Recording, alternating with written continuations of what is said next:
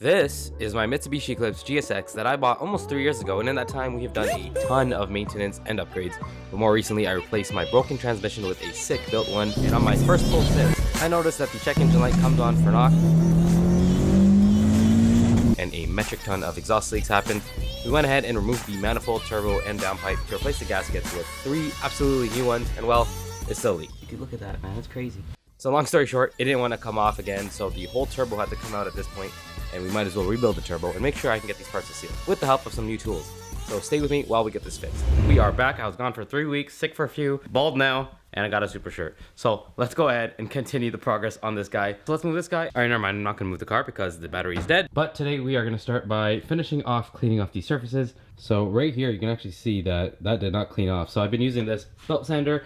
Now, one issue is that this thing is actually just slightly too short, so I can't get the full surface of this perfectly even. So I was kind of moving it like that while sanding it. Just want as flat as a surface as possible. We also got some copper manifold gaskets, so hopefully it will compress a little better.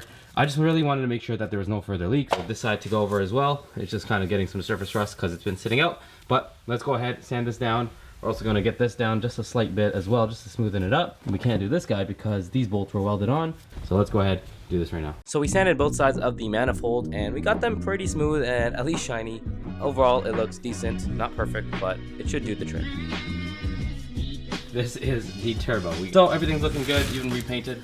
I like that a lot. Everything's nice and shiny, ready to go back in. We have our drain gasket right here. I noticed these two bolts don't line up perfectly, so I might have to just kind of cut into it a little bit. Hope that doesn't cause any problems there. Maybe just expand the holes. And here is how it's looking right now. So this is the oil return, so the drain from the turbo. We smoothen it up with a little bit of sandpaper. Also use like a metal and plastic scraper just to get it smooth, make sure that the gasket holds it all well. Previously there was just gasket maker on it, so if it leaks, then that's what we'll do. So these are the O2 housing bolts. As you can see here, they are covered in rust and they're just gross. So we are gonna use this wire wheel, which we actually purchased for this project as well as this guy.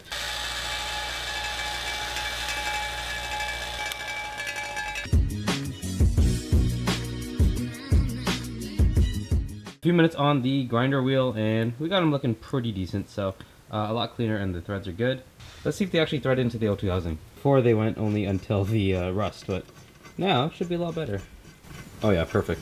We do have to work backwards here. I threw the O2 housing in here, just kind of hanging around. So turbo, gotta get that in here, mount it up like that. Yeah, and then we can put the O2 housing on. So for this washer, which got really cut up during the removal process, I just bought this guy. It's just a hardened steel washer. Pretty much very similar in thickness. It's not obviously that slightly bowed washer, but it should do the trick. So we went with the 7-ply ECS tuning gasket. I have no idea if this is gonna work well. I don't really like this, to be honest. I had the stainless steel one and it was leaking. And we did get this copper spray gasket, so who knows? I probably could stick with the old one, but I did buy this, so I'm gonna go ahead and give this a try. So I need to shake this guy up and put it on. But another thing is that this doesn't look to line up perfectly well either. So that's a separate issue. But, okay, so they do fit. It's a little weird. It's not perfectly centered. So, I don't know, ECS tuning, what's up, bro?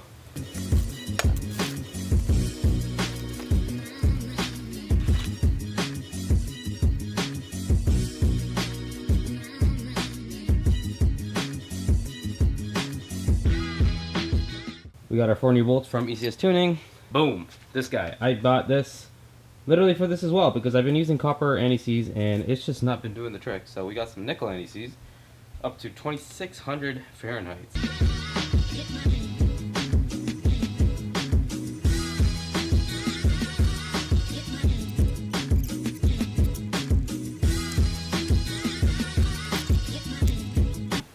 You can literally see the space between this, so that's not good at all.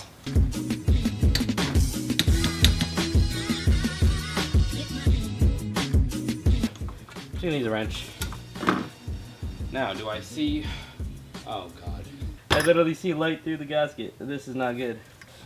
Alright, maybe we'll retry the other gasket. So we are using a cooler as a cable. We tried the stainless steel gasket and it still leaked just a little bit. So we went back to the multi-layer gasket. We're gonna try this one more time. I looked through and I didn't see any light. So better sign than yesterday. Let's make sure everything's torqued up. And we're gonna test it out with a vacuum. So this copper's still tacky. It's been around, I don't know, 12 hours or so. We're sticking the outlet of the vacuum into there so that we're getting air into the system. This guy's blocked off with tape. And yeah, so let's spray this up with some soapy water. We can see that bubble form, which we don't really want to see, but let's be real, probably will. All right, moment of truth. Now this is 7 layers. There's a good chance this gasket can blow out. I've seen a lot of people have that issue. So there's so much space there that all that, boost pressure, it's just gonna break through this gasket. So that's worst case, but it's something we'll find out once it's on the car. All right, we are gonna say that is good. So now we can continue with the rest of the install. I freaking got some oil in here yesterday. So as you can see here, I taped up every side of the turbo, taped up the compressor wheel so it doesn't spin while I did that. And yeah, everything looks okay. So there is no bubbling here. There was bubbling yesterday when I tried it, and we're looking good. Here are the gaskets. So those are a bunch of new gaskets. Here's the other one, the stainless steel one, the old one I was using. I just sprayed everything with copper spray in case I needed to use them again. So we got a Remflex. So this guy's crazy. Look at this. Look how thick that is. This thing is very soft, very flexible. There was a big leak at my downpipe, so we got this guy. We got a new guy here for the wastegate. We got a new copper. This is a Mr. Gasket seal for the head, obviously, and I did have to expand these holes. So this hole and that hole over there. It did come a little bent, so you can see that right there. Hopefully that doesn't cause any issues. I don't think it will.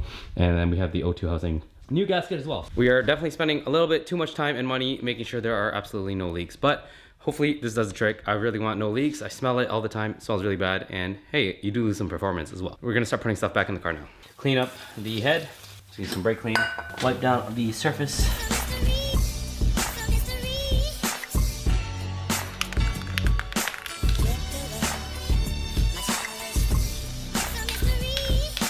With all these nuts and washers, I'm just gonna quickly do a bit of cleanup right here. Get in there, mate. Ugh. Okay. Uh-oh.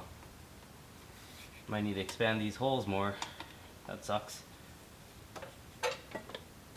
Ugh.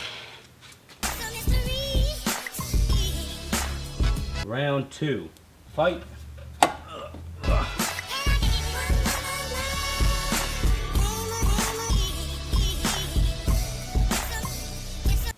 That didn't work.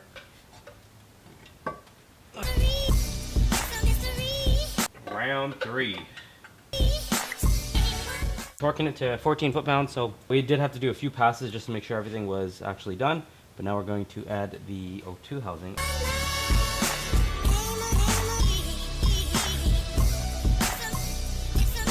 All right, we got the same torque spec. Nice. All right. The downpipe or the dump tube? Let's see.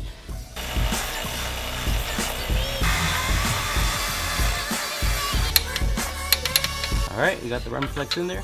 Hopefully it's sealed up. Don't want to over torque it. It's only supposed to be 33 foot-pounds.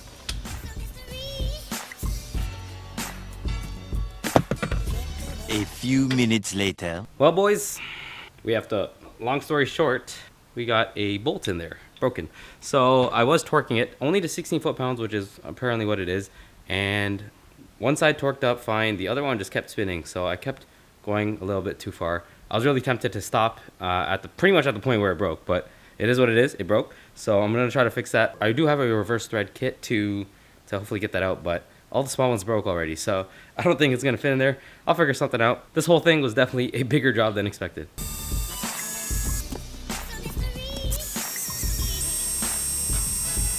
Moment of truth. Working? Ah, yeah. Yeah. Got it out at least. Now let's clean that up, get some new bolts, put that back in. Luckily in a bag with some old bolts and nuts, we got some zinc plated bolts that fit. As you can tell, we are lit, and we finally got the turbo on properly now. So the drain is on. Pretty much got everything back. We just got to put the intake back on. We got to put the intercooler pipe back on, and then just a few miscellaneous things like the hose lines and stuff like that, O2 sensor, and then we're good to go. What do you want? Let's do this again, shall we? I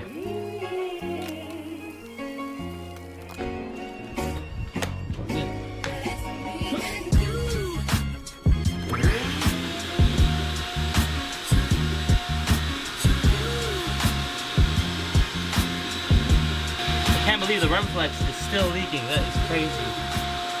But everywhere else I'm looking, don't see any leaks.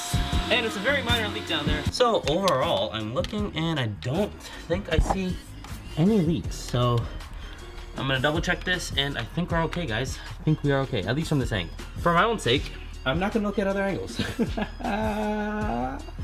So as you can see, this part of the gasket is actually still bowed out a bit. You can see the space there, but it does seem to be holding.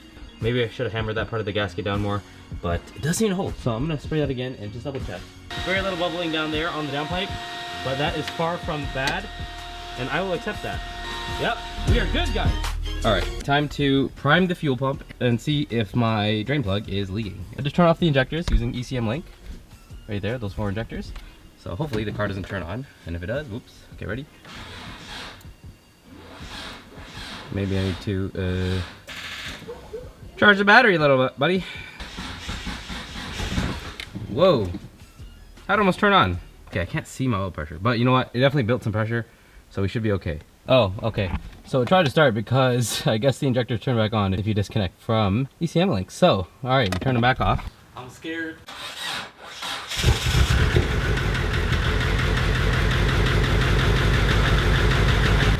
Did we do it? I think we did it. I think I hear a knock. Possible it's also my exhaust hitting something.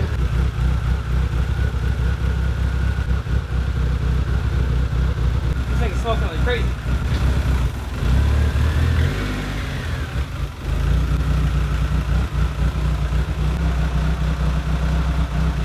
That has been a while, but it's a good day today. A lot of smoke, so I hope, but we'll see. Hopefully it's at least somewhere good to leave off. So it seems like the oil feed is leaking. It is actually leaking at the fill plug. And maybe that's the cause of some of that oil, or some of that smoke, but it doesn't look like that oil is going anywhere. Kind of just dripped over there. I do have new crush washers and everything. I know the drain plug is a little weird. I tried to fill up the turbo with oil, or putting that oil feed on, just to make sure that the turbo was like primed and ready, and oil didn't go anywhere. Like, it just stayed there. So hopefully there's no issues with the drain line, because there's no leaks at the drain line either. So if there is, then there goes my turbo.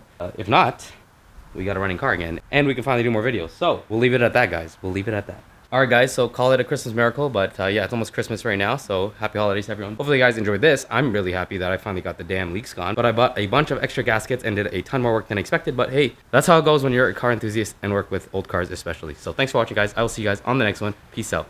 We keep moving forward. Just kidding.